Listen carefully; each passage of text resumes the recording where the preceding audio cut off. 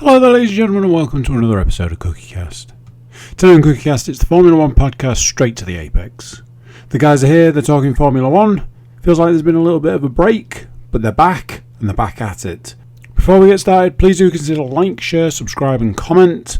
Leave a review where you can leave a review. The big one for the podcast game is share that podcast around. If you've got a Formula One fan in your life, send this podcast to them. They will love it, I guarantee it. Right, let's get started. Here we go. This is CookieCast, straight to the apex.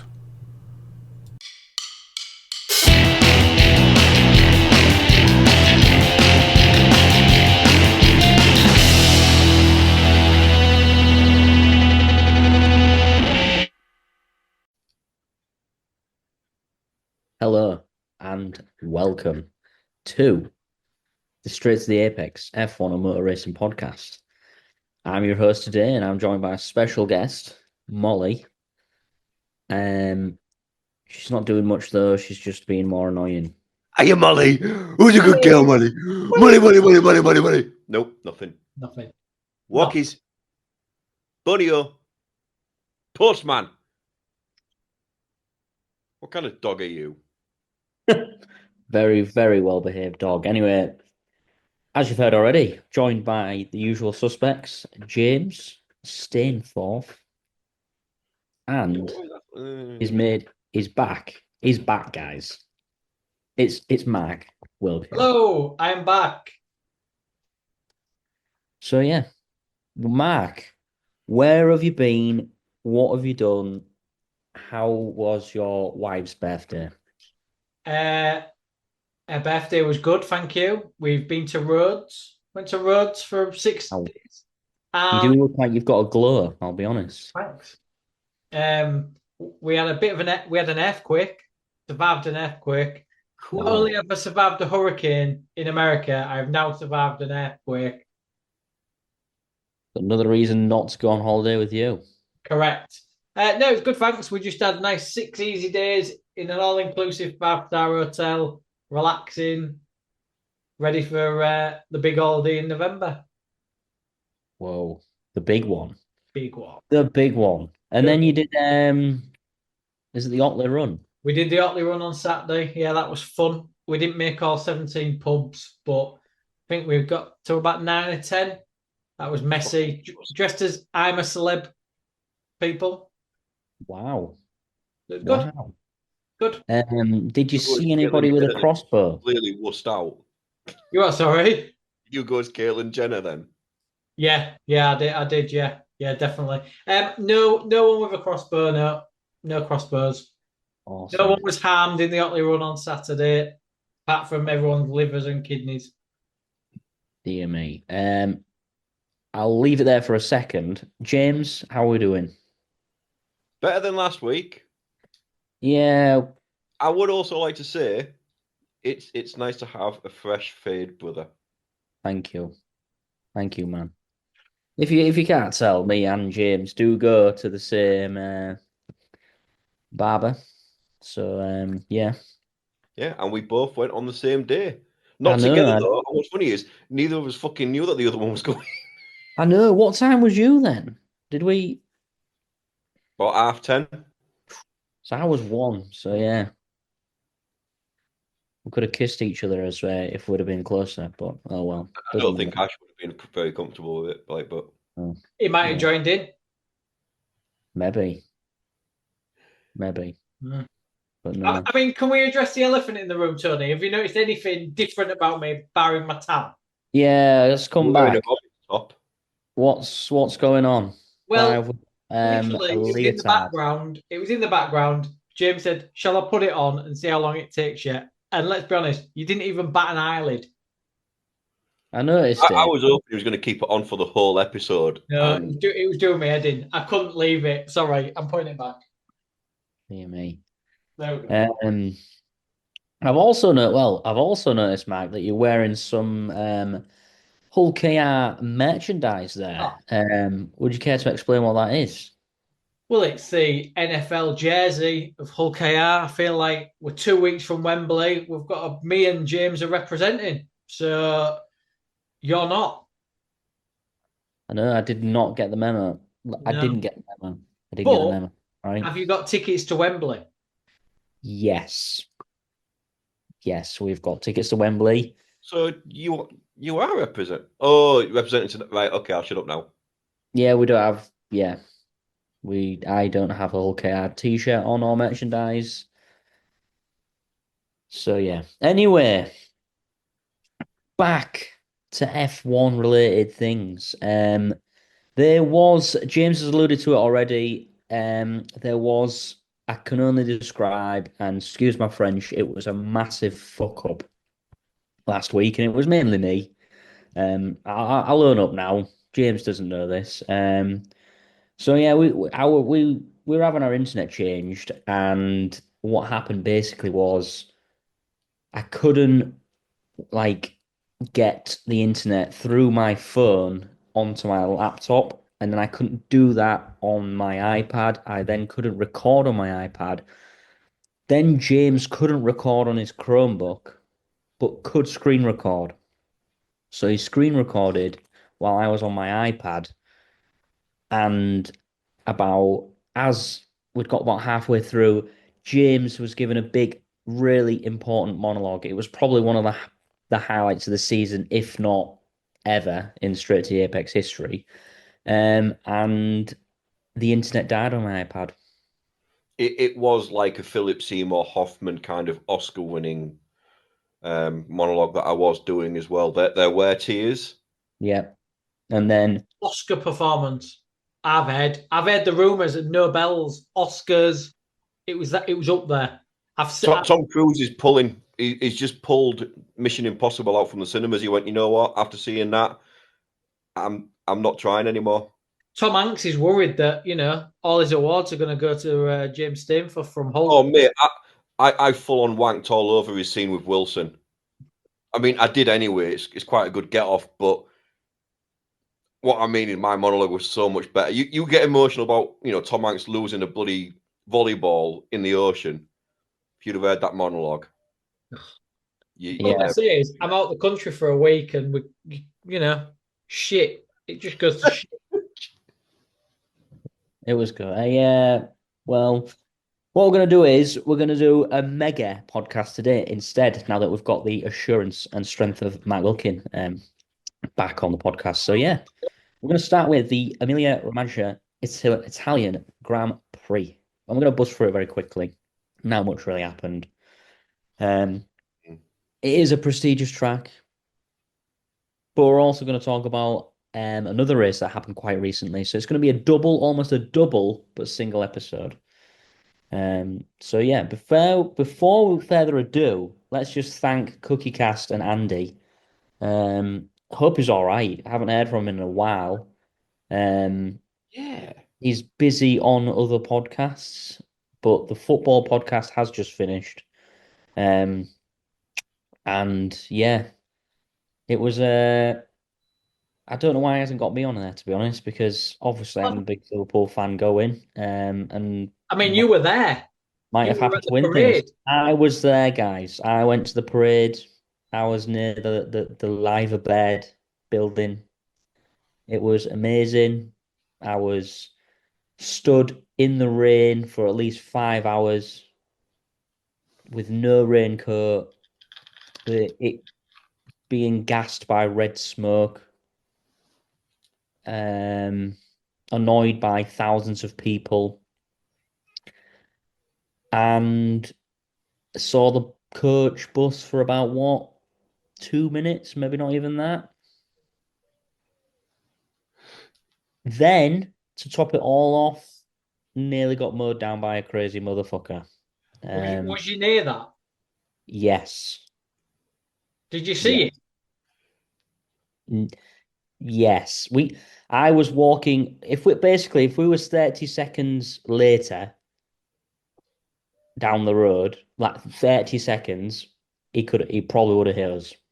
Wow. It was just me and my buddy. We were just walking up, and you could see this line of cars, and there was a commotion going on, like 5 cars in front. It's a road. There's hundreds of people. Like, you're just like coming out of Rovers. There's loads of stuff. And there was like a commotion. It's reversed, and I just grabbed my guy and was just like, "Let's move out of the way." And we went round a van, and yeah, so sad times, but not that I want to move it on, but I'm going to move it on.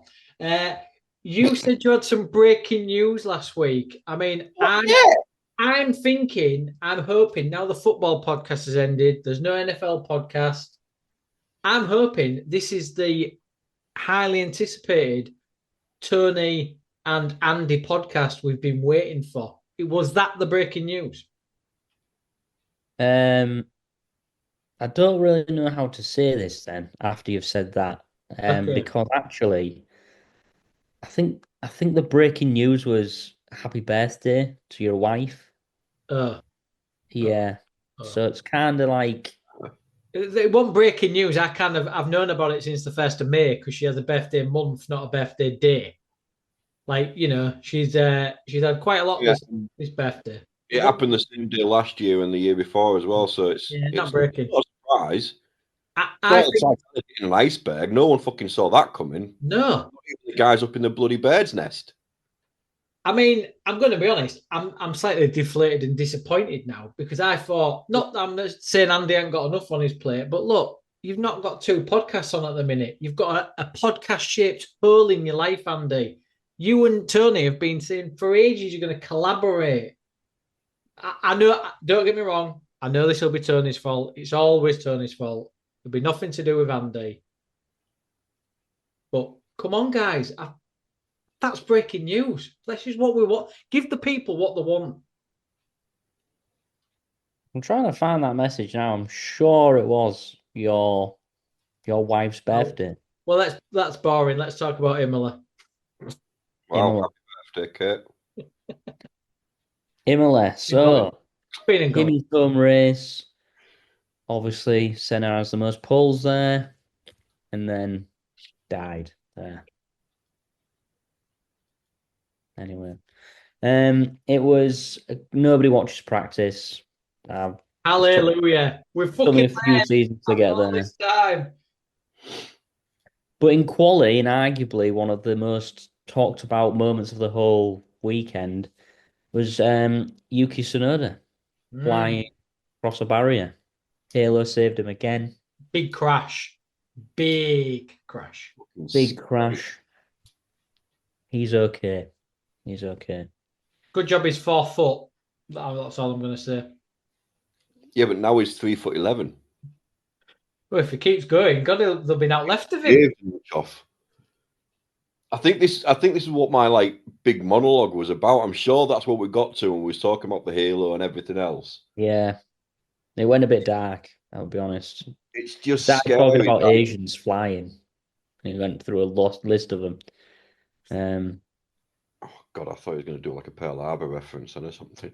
Oh no! Move on. Move on. Come on. Oh, for God's sake. Come on. But no, what really?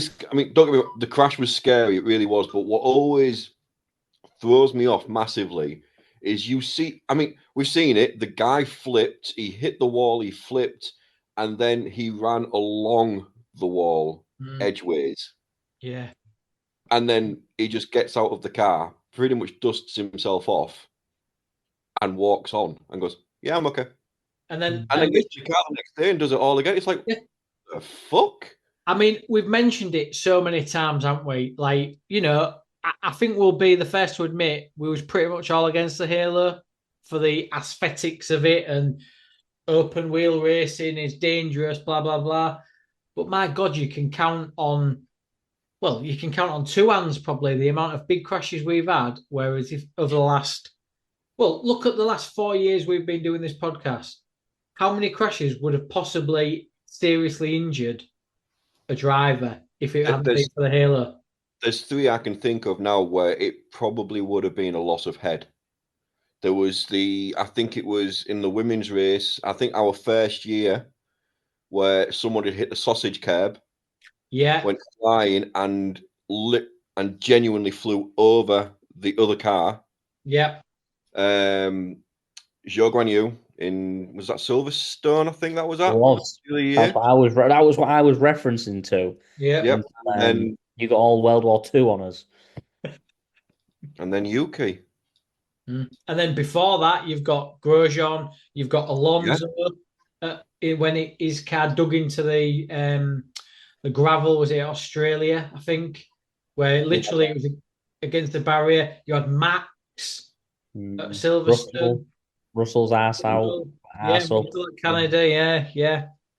So my God, like the fact that amazes me, like you've just said, the fact that he got out of that car, he went, "Yeah, I'm all right," and then we got back in the car for quali the next day. It's like, holy fuck, he's not even probably got a scratch on him. Like that was a big crash, like big. But fair play to the FIA, fair play to Formula One. Can't ever comment about the Halo now, ever. I agree, Mark. I agree. So yeah, Colapinto then had a little crash. Behrman's time was deleted for not completing the lap. That was a bit contentious. Q2 Ferrari was out, which was very surprising and sad, especially on their this weekend. Out qualified by Aston Martin as well. I know. Yeah, medium tyre came up trumps for the mighty AN. Kimi out as well. And then Q3, Piastri smashed it.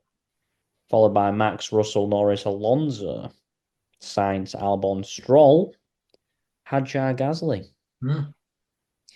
Moving on to the race, probably the most talking point of the whole weekend was the Max pass. And I'm interested here. I've heard James's thoughts on this already. He's going to tell us again because everybody else needs to know, all three viewers and Mark. But what was your thoughts, Mark?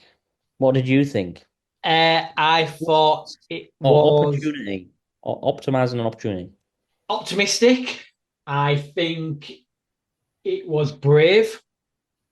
I think it was typical Max. I don't think there's many drivers that could have done that. If I'm honest, I thought it was up there with possibly some of the best overtakes we've seen in the last few years. That's still last year for Max. Yeah, definitely. What I will say is fair play to Piastri, because I saw a lot of negative comments. Piastri should have blocked him. Piastri should have put his car here. I don't think he saw it coming, and isn't that what racing's all about? Like, yeah. Piastri probably didn't even enter his head that Max was going to do that. That's what racing's about. So I literally thought, fair play, Max, but fair play to Piastri because other drivers would have run him off. Let's be honest. If it had been the other way around, would Max have run Piastri off? Yeah. Probably. I thought, and I can't believe I'm saying this, but I thought it was absolutely beautiful. It was prestigious. It was a prestigious overtake. And it's just going back on what Brundle said as well. He said that is a world champion move. It genuinely is. It was just a lot ballsier with the brakes, or not using them, should I say? Car positioning, lack of brakes, didn't lock up, didn't overstay, didn't understay. Total car control. You're absolutely bang on. Like, it was up there. Do you not agree, Tony? I agree, but I think Piastri had some play in it, to be honest. I really do. I think he would have made it.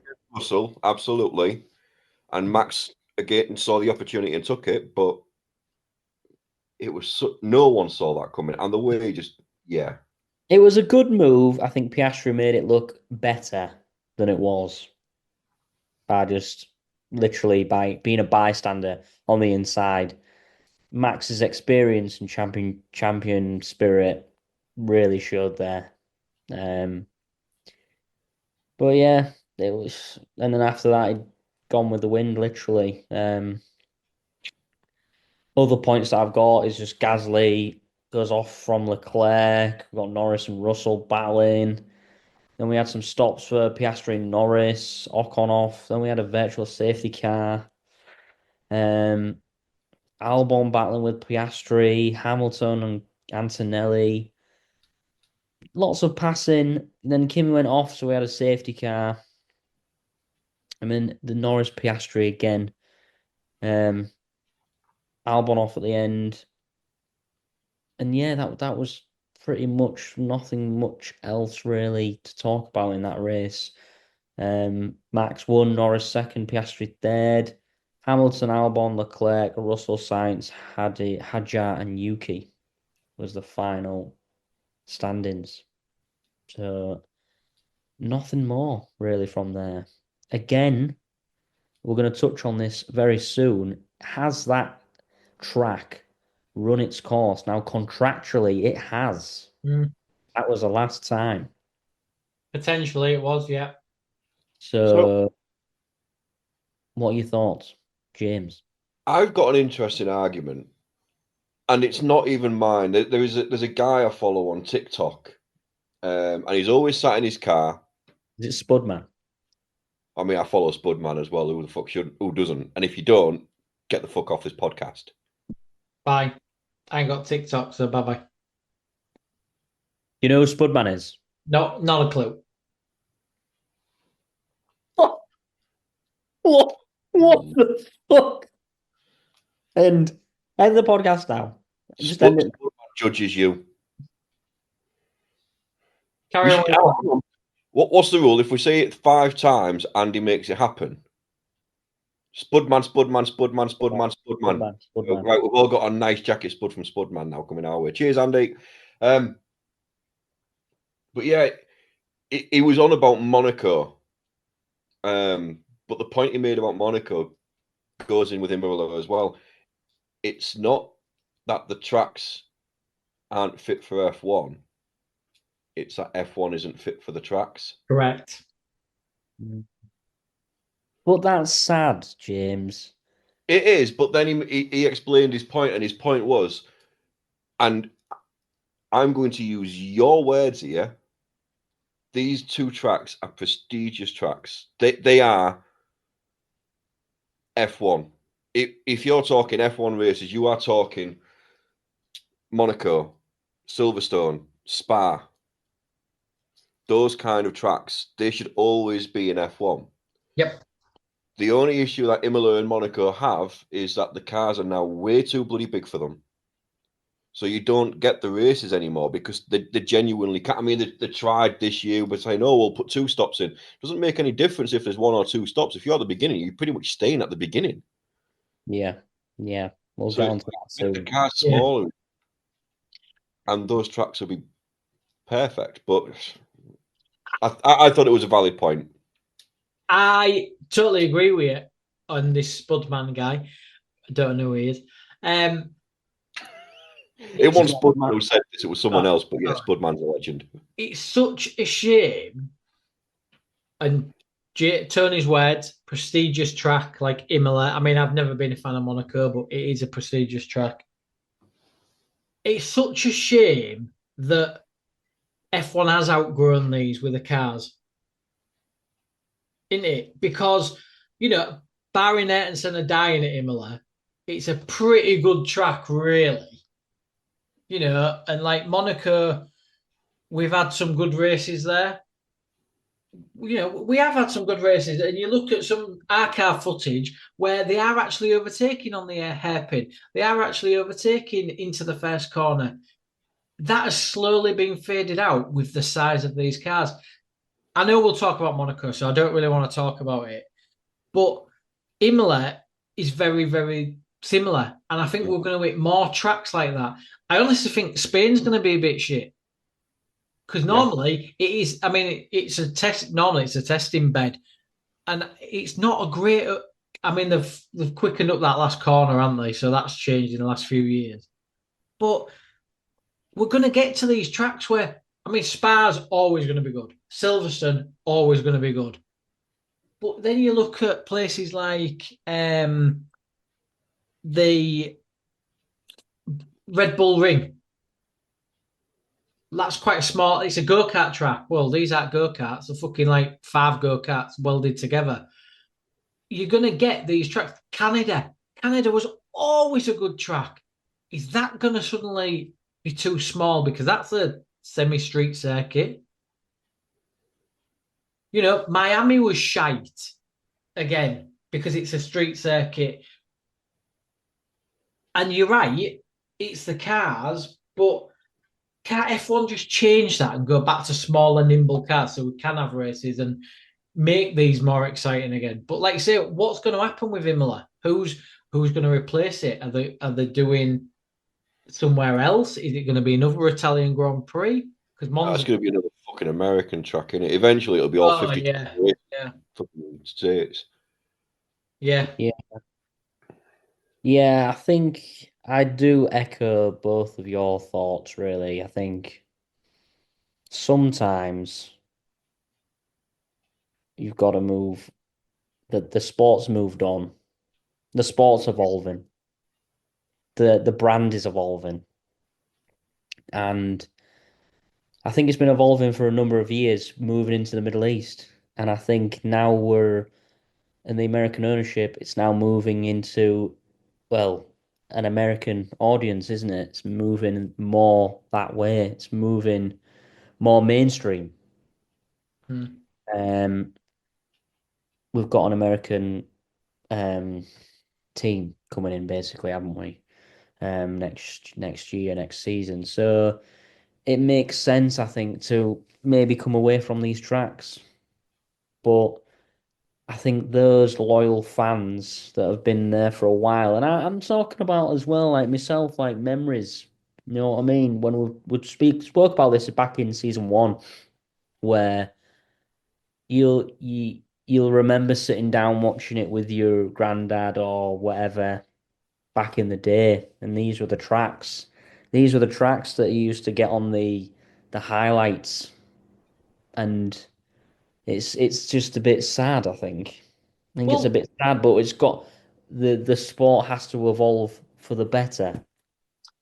But do you know what's sad? Now you've actually just reminded me so much saying that sentence. We don't go to Germany anymore. Yeah. You know, a hotbed of drivers, really. We've had quite a few German drivers. You know, you had the Nürburgring, you had obviously the new Nürburgring, Hockenheim. Like, you know, Hockenheim was a great track. Yeah. The Nürburgring, obviously, it wasn't the old one because that was so long and people died on that on a daily occurrence. But the new one wasn't a bad one, and they used to swap. It's just a shame. I mean, don't get me wrong, there's some races on the calendar that we're glad to see the back of. Valencia. But yeah, just like you say, times do move on, and maybe that is like nostalgia, and you think like, you know, but in 5 years, what we're going to be? Are we going to be doing oval circuits in America? Are we going to be doing car straight and then turn to the left? Well, there's that, and there's also ridiculous tracks that have been made in deserts, off the profits of billionaires. But I won't go into that rant for about the millionth time. Yeah, sad, but we've got to move on. What were the predictions for Imola, please? So, Mark had 18 with a very, very comfortable lead. I had 6, you had 4. Mark had gone Norris, Piastri, Max. I'd gone Piastri, Norris, Max. Tony, you went Norris, Piastri, Max. Mark got jack shit. You got jack shit. And I just snuck in 2 points with Norris. So it went from 18.64 to 18.84. Wow. What about the girls? Do we know what the girls? So Charlie had gone Norris, Piastri, Russell, therefore getting jack shit. And Beth had gone Norris, Piastri, Sainz,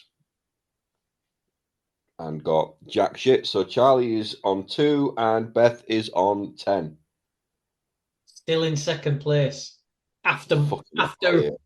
after the Imola. I've got to be careful what I say at the moment because the FIA is currently out with the F1 guru. Oh, really? Oh, really? Oh. Yeah. I mean, the good thing is she can't hear me when I'm saying things about Oh, well. Israel. And let's be honest, they probably won't watch, so fuck the FIA. Anyway, moving on. So that brings us to this weekend's Monaco Grand Prix. This, when I say this word, this is it. This is the pinnacle. This is prestigious. This is in the dictionary under prestigious F1 races as number 1. This particular race or this track? This track. Oh. I agree with that. But the race and what we've just spoken about,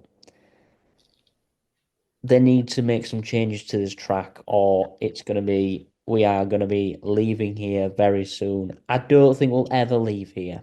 I think the money, I'm going to say the prestigeness, Monaco's connection to F1, I think Is that a word? It's intertwined. Timeless. Synonymous. I like intertwined. Intertwined wins. Intertwined. Like we always say, F1 is Ferrari and as Ferrari is F1. So Monaco is F1 as F1 is Monaco. Yeah. They need to make some changes. And I think because it's not going anywhere. It's not going anywhere. And it's getting more and worse every race, every year, that it's all about quality. And the race is just the race. I must admit, though, for me, this is the only weekend where I enjoy the Saturday more than the Sunday. Because I think, because quality, especially Q3, because they're going at the fastest they can, and it's almost like you're daring them to go faster, and the drivers are on the absolute edge. I mean, they must be clenching because the speed they're going through them barriers, flinging it about, trying to get that extra 10th. It's the one weekend where I think that one lap, Q3, I can do it. Absolutely, like it's they're not human. Like it's the one quali where I don't want a nap. I love to have a qualifying nap, always in Q2. Just that little 10-minute. Monaco, nah. No. Got to go for the whole qualifying session. What I would change though is the traffic. Just give them one lap. You go out separately. You've got the track to yourself. Go for it, because traffic's getting a joke at the minute. You know, like we had the Max Lewis thing. We had a few other instances. Traffic's shit. So why don't they change quality? One car, one lap, clean track. After each other, championship order if you want, and that'd be them on the raggedy edge going for it. They all have to go on soft tyres. That'd be good. And I like it in championship order as well, because that means the lower side of the table, obviously, they're going to have a better track because it's going to be at a better temp. There's going to be rubber laid out. Yeah. It could make the race more interesting because the likelihood is they would have better times than they normally would. So they'd be in a much better position than they would be expecting. Interesting. Yeah. But I agree, they can tweak the track to make it. I think I saw on Twitter, the old man's social media, not like TikTok and these youths. I mean X. Sorry, X. See, that's how old I am. I call it Twitter, like MySpace. I saw that there's a few areas of the track that could actually change, even the street circuit. So, you know, I've got it on here. Move the Nouvelle chicane. Yeah. Reprofile Rascas and widen the Fairmont hairpin. I saw a clip the other day. I think that was on TikTok as well, and it was a clip from an F1 race in Monaco in the 50s, and the car had come off the track and gone into the water. Wow. I just went, and you can see the car sinking into the water now, and the driver's got out and he's swimming to the dockside. It's like, fucking hell. Nice. That's the one time the halo would be a fucking hindrance if it was in the fucking marina. Yeah. Yeah. Well, I think maybe we should break it here and Okay. come back on the other side after Mark's watched Spudman videos for the next 10 minutes. And he can tell us what he thinks about Spudman on the other side. He can also tell us what his favorite Spud is, combination. And we can maybe talk about that on the other side. Okay. Let's do that. Let's break here and I'll come straight back. We can also talk about Monaco, the quality, the race, all that jazz. But yeah, you really want to know about jacket spuds. Anyway, we'll see you soon. We'll see you on the other side. Bye-bye. Goodbye. Hey, you. Yeah, you that's listening right now. Thanks very much for tuning into this episode of Straight to the Apex, the Formula One podcast from CookieCast. If you're enjoying this episode, why not like, share, and subscribe? Whilst you're there, feel free to check out some of the other podcasts that CookieCast has to offer. If you like football, we've got a football podcast. NFL more your thing? Then the Laces Out podcast is for you. Maybe even a little bit of the wrestling. Just look for the Getting Over podcast on CookieCast. Maybe you want to listen to Andy's Darkest Timeline. It's there too. So, the F1 boys have probably got themselves a drink. It's time to get back to the action. Yay! Hi, welcome back. I've got rid of Molly off my name tag because she's just fucking being annoying, but you are though, you're being annoying. No, I don't want kisses right now. I'm on a podcast. It's all the kisses. Who's that? Someone's a bit big for the boat, telling the dog they're on a podcast. I'm on a podcast, Molly. You're the only one that you're the only You one know that who I am. Yeah, currently you're our only viewer and listener, Molly, and you're a fucking dog. Hello, darkness, my old friend. Who's that? Who's that? Who are these two? Who are they? Welcome to Straight to the Wolf with Tony Rawson, Molly, James, and is she still there? Yeah, she's just in the background. There she is. Do you think Lando Norris is going to win? No. Woes. What's really sad is no one will fucking get that. No, No. I get it, James. I get it. Tony's not got a clue. No idea. Let's get back to it. Right, come on. Yeah, this is Straight to the Apex F1 podcast. If you're still listening after the break, we were just waiting for a dog to do something, but she didn't. And now she's gone in a mood. She's playing Typical Dungeons and fucking Dragons. woman. Anyway, so we're gonna get to Monaco in a second, but Mark, have you caught up on who Spudman is? No. Because do you know what? I've been currently waiting for you to get straight back on. You know, I've sorted Zoom out. Was waiting for you. I didn't have time. Does he like jacket potatoes? Who is he? So Spudman has a van and he sells. Get ready for this because this is going to surprise Is you. this the famous van? I think I have heard of this. He He was in sells last year. jacket potatoes. I have heard of this. I actually was thinking that it's some kind of F1. But he sells them somewhere. I can't remember where he sells them again. I want to say Tamworth. I want to say Tamworth as well. Yeah. And he's gone viral basically on all social media. But all he sells is spuds. But the way he makes a spud it's like art. It's art. Has he got a Mohican? Yes. I do know who Spudman is. Sorry, I do know who Spudman is. Good, good. So, what is your favourite toppings on a spud? Is that me? Yes, you, Mark. I mean, you guys know how fussy I am with food. That is exactly why I've asked you, Mark. Okay. Right, it's going to be no surprise. I'm just going to throw this out there. I don't eat the skin of a jacket potato, whether it's crispy or That's the not. best bit. I literally saw James's face change from smirking and smiling. When I said I don't eat the skin, and he just went the anger in his eyes. Fucking And disgust. my wife and mummy cut it and put the butter on for me. I'm going to start. I have butter on it, obviously, Go on, yeah. and then What it's baked, psycho are you? then it's baked beans, Finally. and followed by cheese on top, lashing cheese on top. So you would go beans first, then cheese on top. Correct. Interesting. No other toppings on a jacket potato interest me whatsoever. No tuna.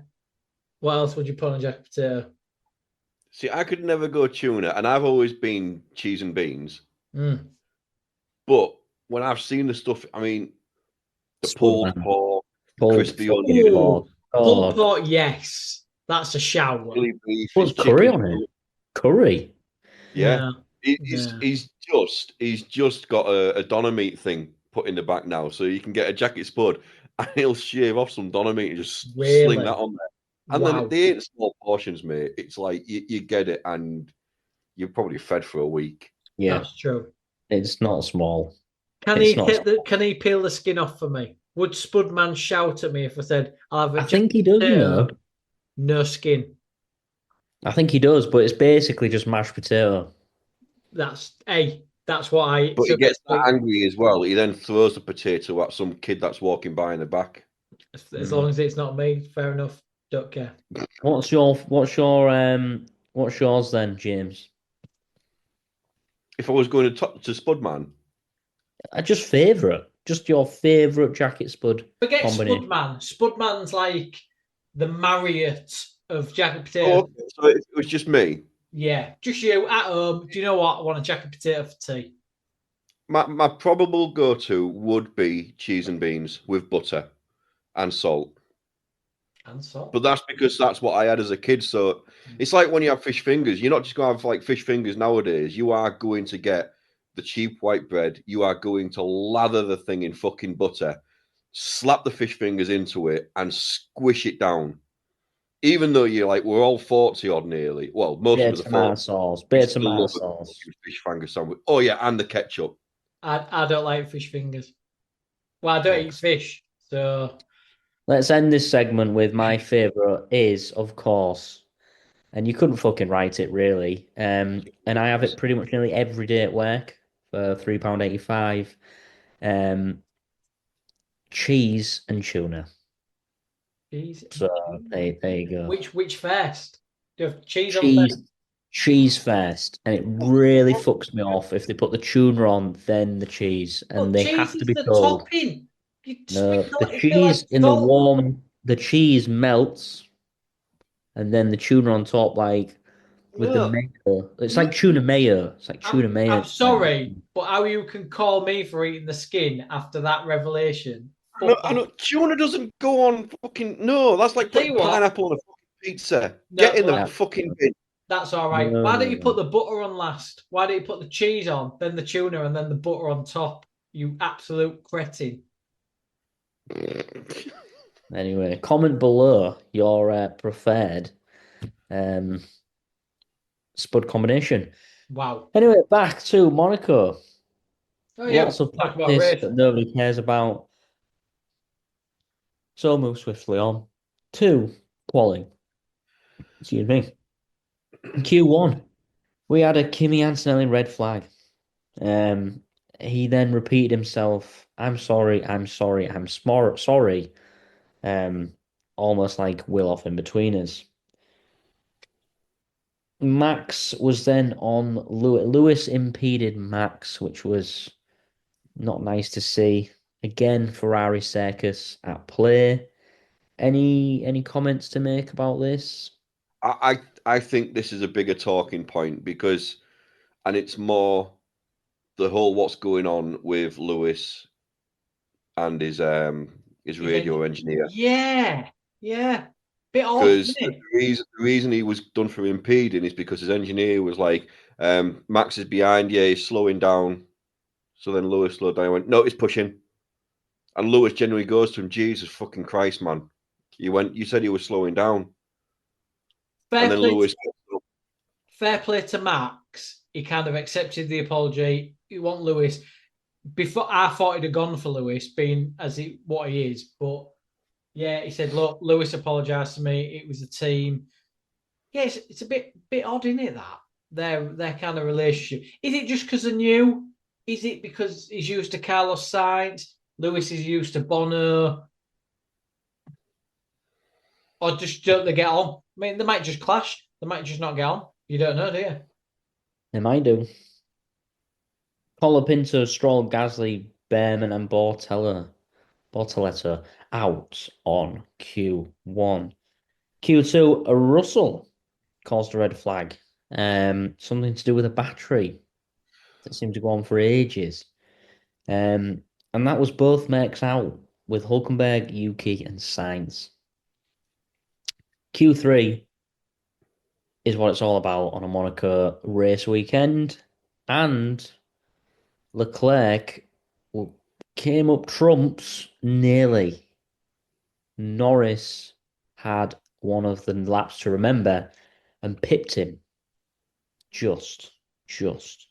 So we had Norris, Leclerc, Piastri, Hamilton, Max, Hadjar. But did Hamilton get a penalty? I think he did. Hamilton got a 3-place grid penalty for the impeding.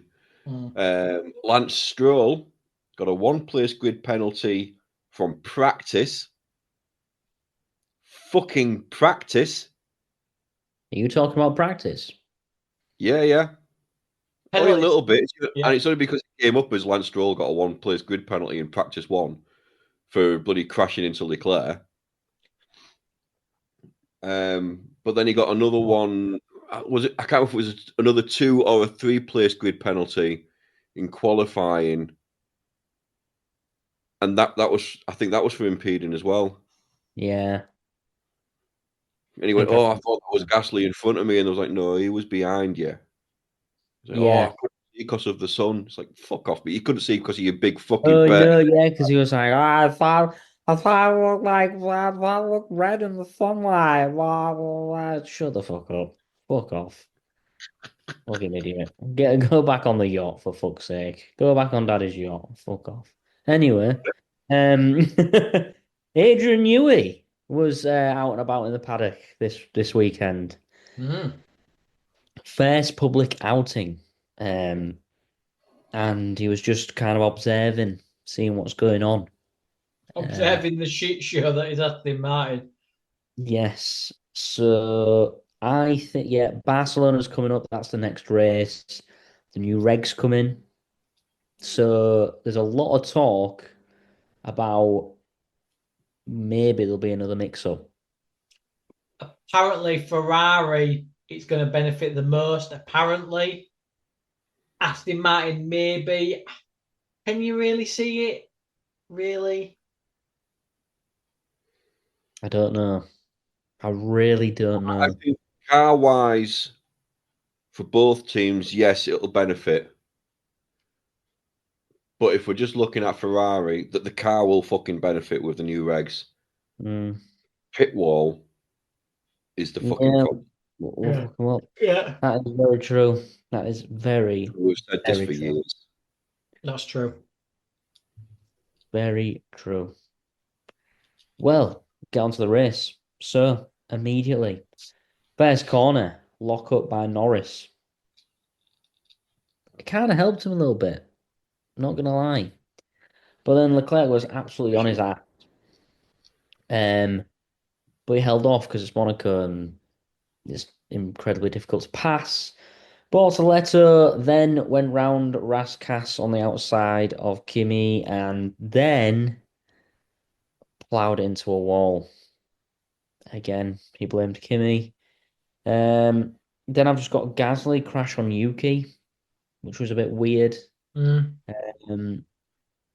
Yeah, front. when his brakes went. Yeah. Debris. Alonso went a bit mental because I've them to never push, and he said, heard that guy I angry. can't push now. Amateurs. Unluckiest driver in the world what was his comment last race or this race? One of them. He's holding off for a newie miracle, I think. Max comes out with the shifts are from 1972 on his That's got to be a code because that was very specific on it. That's got to be some sort of like hidden message. I always wonder if there's many of them that just go. I don't know. I mean, you've got to remember, he's just had a kid. That is. You know what? I think we witnessed his first dad joke. Do you think? That's up there with watching your child make their first steps, seeing a grown man make their first dad joke. Could be. You'll be putting on the New Balance trainers soon, going out and cutting that grass on a Sunday morning. In his joggers. You can feel it. I mean, he's doing a lot. He's doing Max Verstappen things, isn't he? Which we didn't touch on. His Franz Hermann stunt. Yes.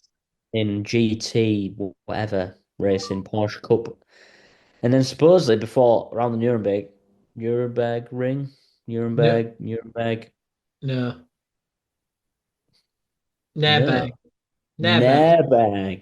Nuremberg is another World War II reference there, but yeah. Well done, James, for not commenting there. For fuck's sake. So many tonight. Fuck's sake. I don't know why. But yeah, one was horrific. Anyway, moving on. Alonso was out in lap 38. Goodbye, Aston Martin. Oscar then nearly, very lucky, slid. Lost the back end. Could have been over for that. Great save. Then we had a Russell Albon tussle. Oh, God. When I thought I couldn't hate that guy any fucking more than I do. You know what? He's slowly creeping up to levels of Nicolas Cage hatred. Wow. Put in the fucking corner. Put in the corner and then going, give me a penalty. You've got to drive through. Don't speak to me. I won't comment. Oh, you cheating son of a bitch. Oh. He said he'll take the penalty, but he ended up getting a drive-through anyway, which cost him more. Probably because on the radio, it completely was like, fuck you, FIA. I'll do what the fuck I want. So they were like, I said this. Charlie, you know what? If he hadn't have made that comment, I bet they would have just given him a 5-second penalty. Because that's exactly what I would do. If I was the steward sitting there and I was like, yeah, it's a 5-second penalty. And then I heard that kind of comment, like, all right, dickhead. I'm going to fucking throw it at you now. George Russell behaviour there. 101, wasn't it? And you know it was because it rattled Mark Wilkin to the max as well. I was fuming. I mean, don't get me wrong. The tactics employed, I mean, you're probably going to mention this 2-pit stop bullshit rule that come in. But the tactics from Williams, and was it Racing Bull? Where they were, where they were holding up, their teammate was holding people up. They were getting a full pit stop in front, pitted, and then the swapped. That just made a fucking mockery of the full weekend. Every driver said it afterwards. Max Verstappen was on about throwing bananas, Mario Kart style onto the track. Like, so I get George's frustration. I get it. There was a lot of rebellion this week with the Williams thing, and they even said it, and Albon said it, and he was like, "Yeah, why?" And James said it. He said, "Oh, you know what? Yeah, what we've just done with Albon." He said, "In a couple of minutes, what we're going to do is we're going to swap him around." He said, "Then we're going to pit Sainz. He'll do 4 laps, and then we'll pit him again. It's not exactly what we want to do, but if that's the rules they're going to bring in, then that's what we're going to do." Yeah. And like I said, they're working with what they've been given. So you kind of like, okay, like Hadjar, they pitted him quite quickly, didn't they? And then Lawson held everyone else up, which is why he shot up the order. But that just makes an absolute mockery of it, doesn't it? It's like, If I remember almost like a rolling roadblock. Did 1 lap and then pitted again, didn't he? Yeah, like it. So, like you say, it's not the team's fault. It's the FIA. Fuck the FIA. Not you, Beth. Not the FIA on our podcast. I mean the actual FIA. It's bollocks, isn't it? It's fucking bollocks. But George just took the biscuit. Like I say, George, what a fucking prick. I hate him. Fucking hate him. Stupid, woody looking, fucking lanky piece of shit that he is. Anyway, I think he's a great racer, and he's such an ambassador for. I love how you two have swapped roles when it comes to fucking Russell. By the way, unlucky in qualifying. If it wasn't for quality, he'd be right up there. Quality driver, quality.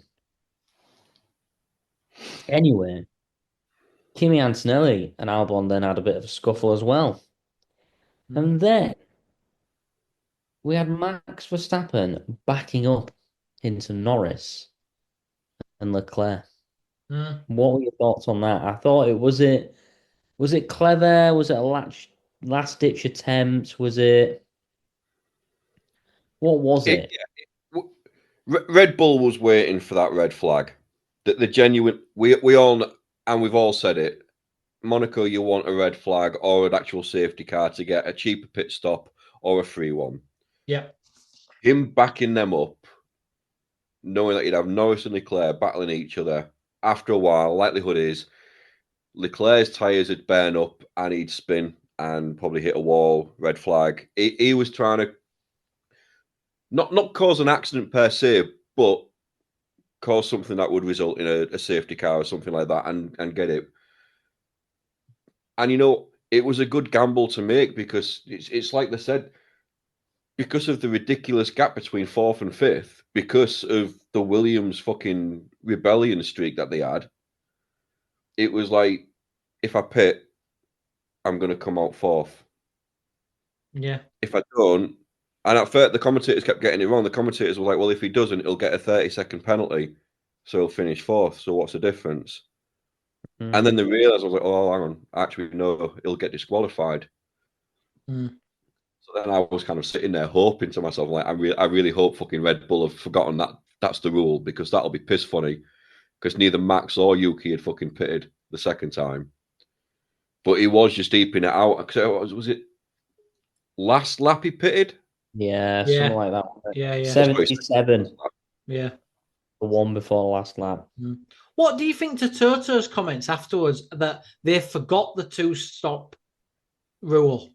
That's why they didn't pit until like lap 50 or whatever it was. It was getting ridiculous. I was sitting there, I was watching it, I was like, why haven't they fucking pitted yet? Yeah. It was 50, maybe pushing 60 before they went in, and I was like, now granted, they could go in and just go soft a couple of times. Yeah. But I don't know. Strange. Very strange. It was a strange race. We've already touched on it. I don't know. The 2-stop made it stranger. I don't think it made any difference. Really, it made it worse because, like you say, he was having the team game. So really, it forced him into like a team game, right? That I mean, what was Lewis? Was Lewis 6th in the end? 5th. 5th. It was 48 seconds behind.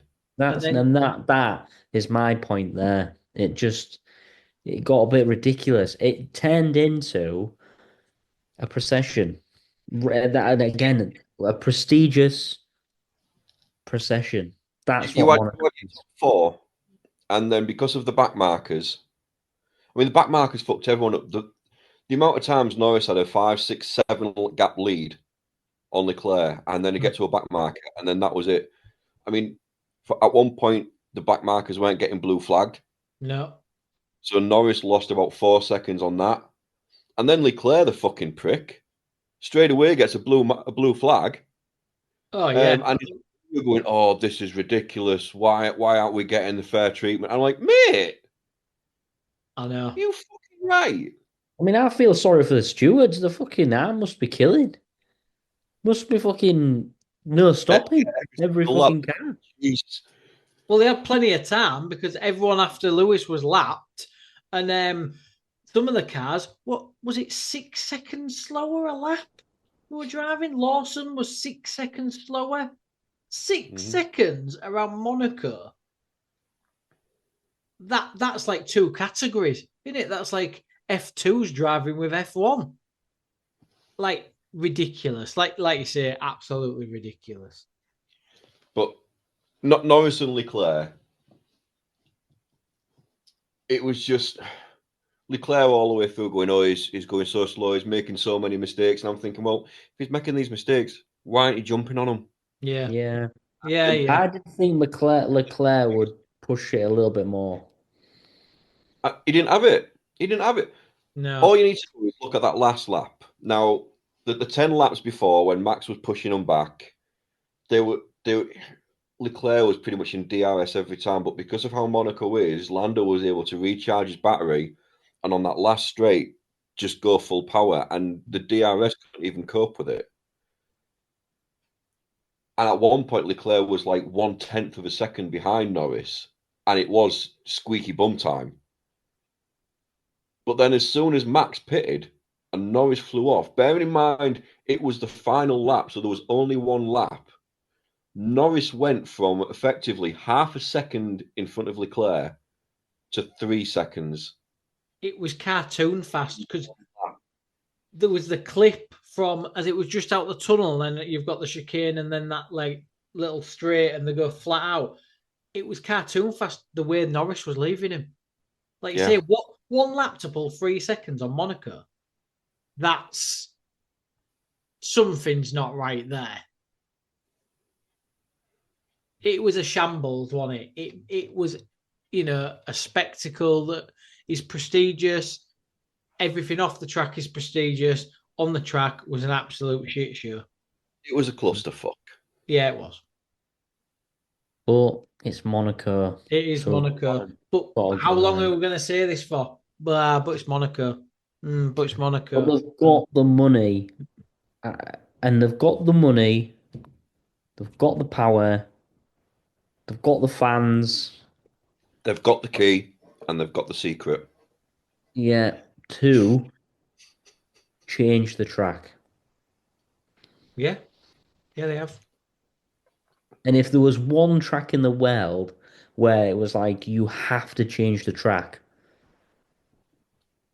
or we're leaving, they're going to do it there, surely. I mean, surely there's some other streets off the streets they use where they could go another way. Do you know what I mean? Like, like there must be a street somewhere where they could go left instead of right, and then they go around that little bit and then come back to the other track. Maybe there's a bit of a straight there, or I don't know. I mean, yes, but then you think all the corporate there must be ridiculous. Like, oh God, yeah. Yeah, true. Like people must pay. Pardon? The whole weekend will be a tax dodge. Yeah, and it's yeah. Patrick Dempsey was there and stuff like that. He'll be fucking claiming back the VAT and everything. Jeff Bezos was there, wasn't he, in his yacht? It'll have been a measuring contest of yachts. And it's Monaco. It's a different. It sounds like it's a completely different way of life. It's a different because of all the money involved in all whatever. Well, all the drivers pretty much live there, so Live they're all tax dodge. So it's probably the one race that they all get up 2 hours later, and like say they're coming in on the push bike, or like Leclerc just literally falls out of his front door and he's like, "I'm here." So looked good on that bike. That bike looked beautiful.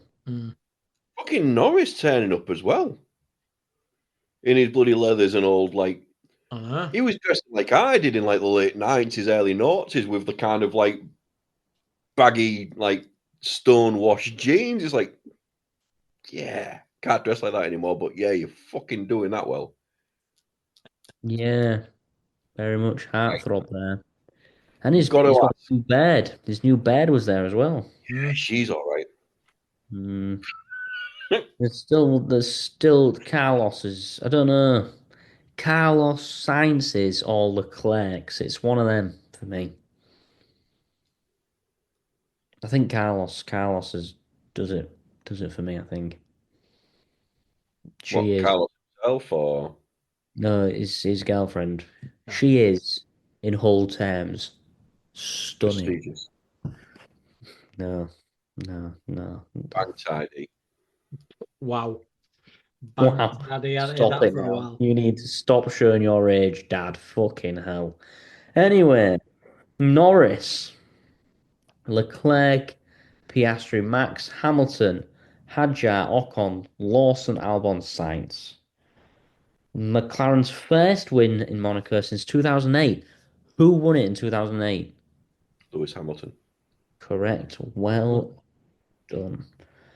That gives us the standings of Oscar still leads the championship, followed by Norris, Max, Russell, Leclerc, Hamilton, Kimi, Albon, Ocon, and Hadjar.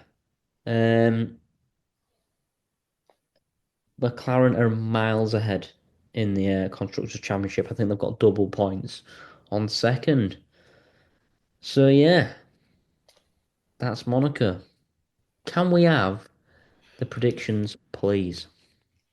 In a minute, because there's one other point we still haven't spoken about. Oh, God. It has to be Lewis Hamilton on the radio. I know we've only got a few minutes, so I'm not going to go on for too long. Why? What about it? At the end, he's not getting any information from his pit wall.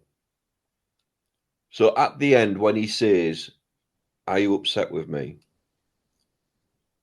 Is that him asking them a question, or is that him being clever, knowing that will be picked up on the radio? Probably a bit of both, with Lewis. Yeah, probably a bit of both. I think he's trying to show everyone else this is the problem at Ferrari. I think he's gone there wanting to make Ferrari what they were, kind of thing.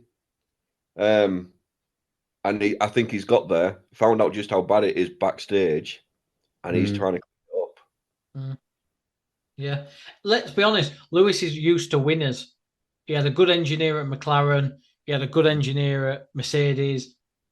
He just wants the best team around him. So, yeah, probably right. Probably a bit of Lewis knowing what he's doing, using his experience, using his pull, using that limelight that he knows he'll get if he makes a comment like that on the radio.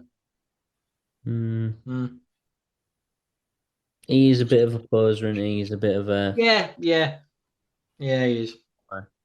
Yeah. But if he's got that kind of attention, that kind of following... Exactly. He's a winner.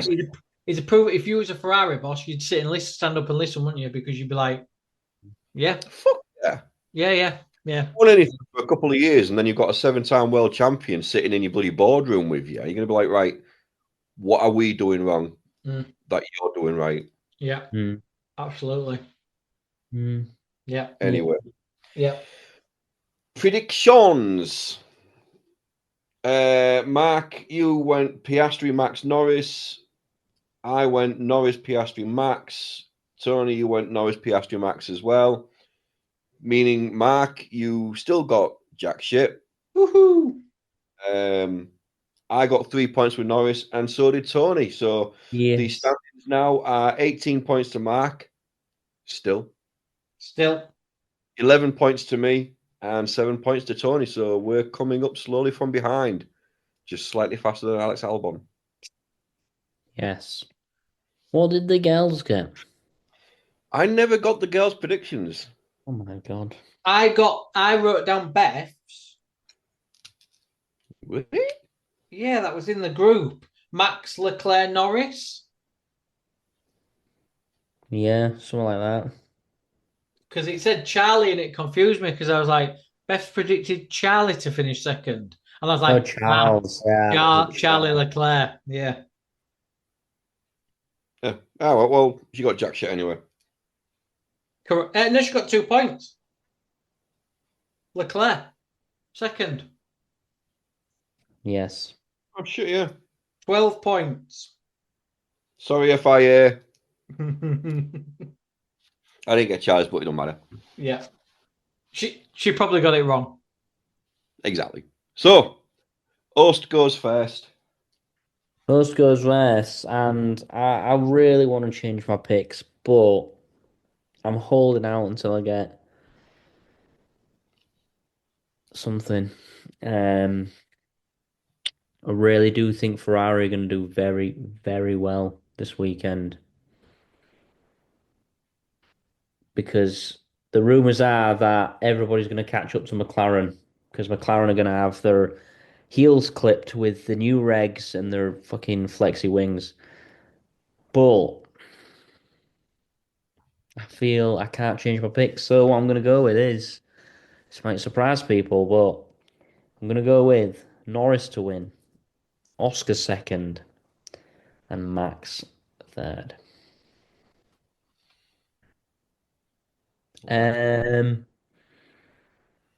Mark Wilkin, what are your picks?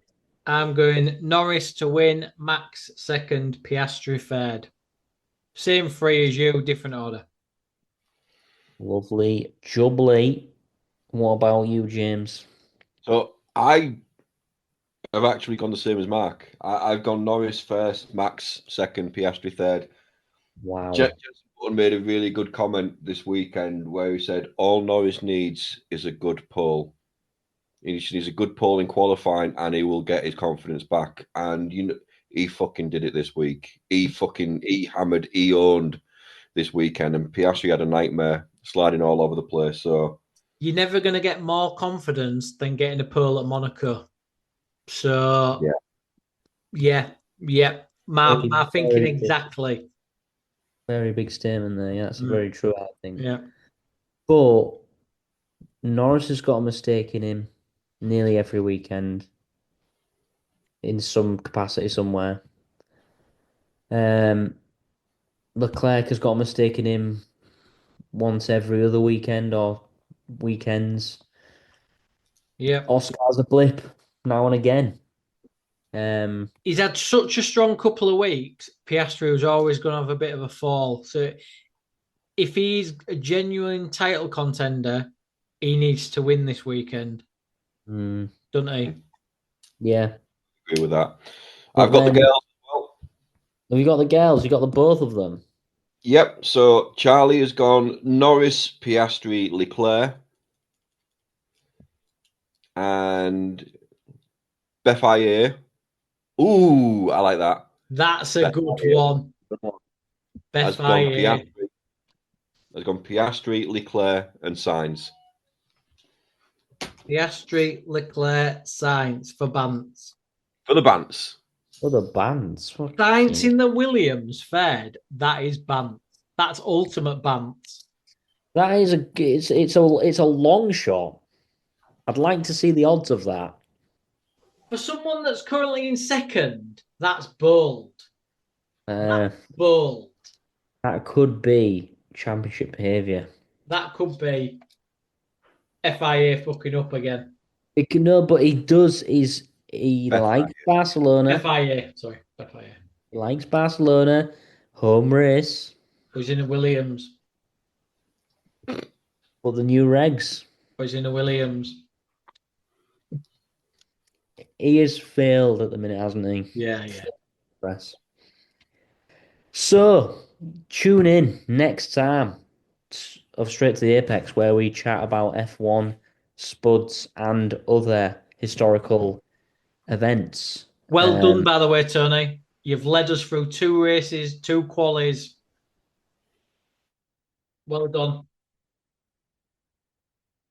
Oh no, I've lost them. I've lost them at the end. Oh, we're back. We're back. I lost you. Sorry. Thank you. Never been done past. Thank you to Andy. We love you. We'll see you soon. Hopefully, we'll get you on here. Hopefully, somebody will do a podcast with you very soon. Watch this space. Hopefully you'll bring us all a Spud from Spudman and Kate Beckinsale. Which And would also when is Barcelona? Is Barcelona soon? Is it next week? This week. Sunday. But then the next weekend is a massive, massive game. So we'll see you next week before that game and talk about that. All the best, guys. I love you. I'll see you soon. Peace. Bye-bye. Hey. Goodbye. So there you go, what do you think to that? Another one done, another one gone, another race gone, but another one to come. Before you leave us, please do consider like, share, subscribe and comment. Leave a review where you can leave a review. A few places will let you leave reviews of the podcast you've listened to, or the podcast as a whole, the series as a whole, whichever one. If you've got a couple of minutes, leave us a review. We appreciate it. We'll love you forever. Also, check out the website, thecookiecast.com. There we have social media links and an email button. That way you can get in touch with anybody on the podcast. Just say hi, say love the podcast, put out a request, get them to give you a shout out. How about that? Right, that's it. Until next time, I'm going to say bye, and I'll see you then. You've just listened to another episode of Cookie Cast. Thanks for listening.